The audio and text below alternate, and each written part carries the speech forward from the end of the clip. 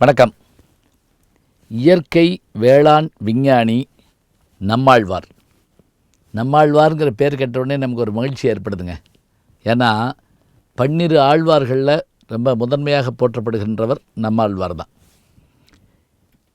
அவர் இப்போ புராண ரீதியாக, வரலாற்று ரீதியாக, பக்தி ரீதியாக சொல்லப்படுகின்ற ஆழ்வார்களில் முதன்மையானவர்.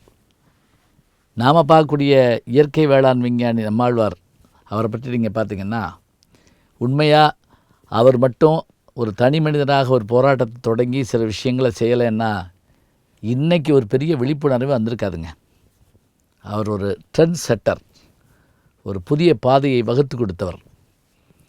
அதுவும் குறிப்பாக வேளாண்மை படிச்சுட்டு அந்த வேளாண்மையில் இருக்கக்கூடிய சிரமங்களையெல்லாம் நேருக்கு நேர பார்த்துட்டு அதில் நடைபெறுகிற குற்றங்களையெல்லாம், குறைபாடுகளையெல்லாம் எதிர்ப்பதற்காக அதை விட்டு வெளியே வந்த ஒரு மனிதர் இவர் தான். இவர் பிறந்த ஆண்டு 1938. தஞ்சை மாவட்டம் திருக்காட்டுப்பள்ளி இளங்காடுங்கிற ஒரு சின்ன கிராமத்தில் பிறந்தார்.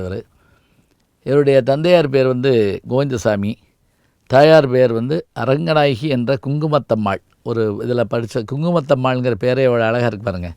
சந்தனமாரி அப்படின்னு பேர் வைப்போம் இல்லையா, அது மாதிரி குங்குமத்தம்மாள். இவர் பள்ளி படிப்பெல்லாம் அங்கே முடிச்சுட்டு அண்ணாமலை பல்கலைக்கழகத்தில் பிஎஸ்சி பட்டம் பெறுறாரு. அப்புறம் காந்தி கிராமத்தில் இவருக்கு மதிப்புறு முனைவருடைய பட்டம் கொடுக்குறாங்க. பிறகு கோயில்பட்டியில் போய் வேளாண்மை துறையில் தான் வேலை பார்க்குறாரு. ஒரு 3 ஆண்டுகள் பார்த்து முடிக்கிற போதே இவருக்கு பல கஷ்டங்கள் ஏற்படுது. என்னது இங்கே என்ன நடந்துக்கிட்டு இருக்கு அப்படின்னு பார்க்குறாரு. அதுலேயும் பசுமை புரட்சிங்கிற பேரில் செய்யப்பட்ட அந்த விஷயங்கள் அவருக்கு பிடிக்காமல் அதுலேருந்து வெளியே வர்றார். உலக அளவில் இயற்கை விஞ்ஞானத்தை பற்றி பேசின ஜப்பானை சேர்ந்த மசனோபு புக்குவோக் என்கின்ற அவருடைய எழுத்துக்களும் அவருடைய செயல்பாடுகளும் இவரை ரொம்ப ஈர்த்தன.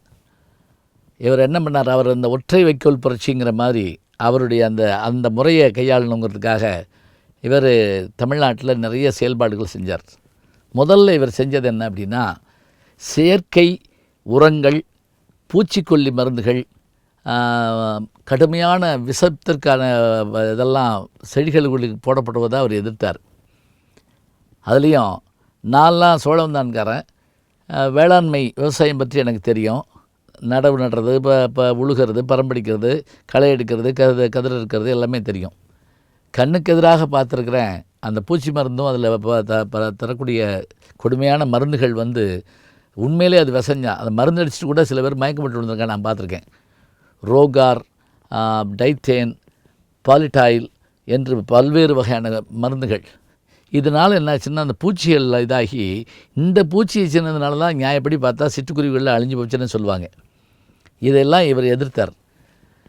எதிர்த்ததோடு மட்டும் இல்லாமல் நடைப்பயணம் மேற்கொண்டார். பல்வேறு கன்னியாகுமரி தொடங்கி நடைப்பயணம் மேற்கொண்டார். 25 நாட்கள் 30 நாட்கள் நடைப்பயணம் மேற்கொண்டார். அதே மாதிரி எழுத்து மூலமாக எல்லோரும் ஈர்த்தார். தாய்மண் ஒரு அமைப்பை ஏற்படுத்தினார். அதே போல் ஆனந்த விடன் பத்திரிக்கையில் தாய்மண்ணே வணக்கம் அப்படின்னு அவர் எழுதினார். அதோடு மட்டும் இல்லாமல் வேளாண்மை பற்றி குறித்த கருத்தரங்குகள் மற்றவற்றில் நல்லா இருந்திருக்கார். நானே பல கூட்டங்களில் பார்த்துருக்கேன்.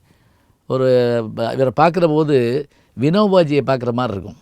அதாவது பூமிதான இயக்கத்தை உருவாக்கி அவர் மாதிரி அவர் நடந்து ஒல்லியான உடலோட, அந்த எளிய ஆடையோட, தலையில் ஒரு தலப்பாக கட்டிக்கிட்டு, விவசாயத்துக்கே உரிய அந்த குணத்தோடு அவர் செஞ்ச அந்த சாதனைகள் 1000. பீட்டி கத்திரிக்காயை எதிர்த்தார். மேல்நாட்டிலிருந்து வரக்கூடிய விதையற்ற அந்த பொருள்களை எல்லாம் கடுமையாக எதிர்த்தார்.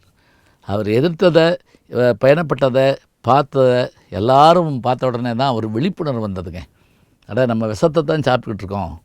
இப்போ யோசிச்சு பாருங்கள், ஒரு டாக்டர் சொன்னார், ஒரு 30 ஆண்டுகள் முன்னாடி ஒரு கேன்சர் பேஷண்ட் வந்தால் எங்களுக்கு ஆச்சரியமாக இருக்கும். ஆனால் இன்றைக்கி ஒரு நாளைக்கு 300 கேன்சர் பேஷண்ட் வர்றாங்க. ஆந்தாலஜி டிபார்ட்மெண்ட் ஒன்று தனியாக உருவாயிருச்சு. எப்படி வந்தது? எதனால் வந்தது? உணவின் காரணமாக, உணவில் போடப்படுகிற அந்த கொடுமையான விஷத்தின் காரணமாகன்னு சொன்னார். அது இவரை பின்தொடர்ந்த பெருமக்களில் நெல் ஜெயராமன்ற முக்கியமானவர். இப்போ அவரும் சமீபத்தில் மறைஞ்சிட்டார்.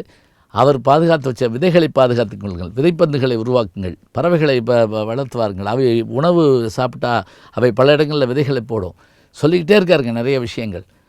இவருடைய 2013 இவர் மறைந்தபோது அப்போ போராட்டத்தின் போது தான் அவர் மறைகிறார். அப்படி மறைந்த போது அங்கே இவருடைய நல்லடக்கம் பண்ணுறதுக்கு கொண்டு போகிறாங்க.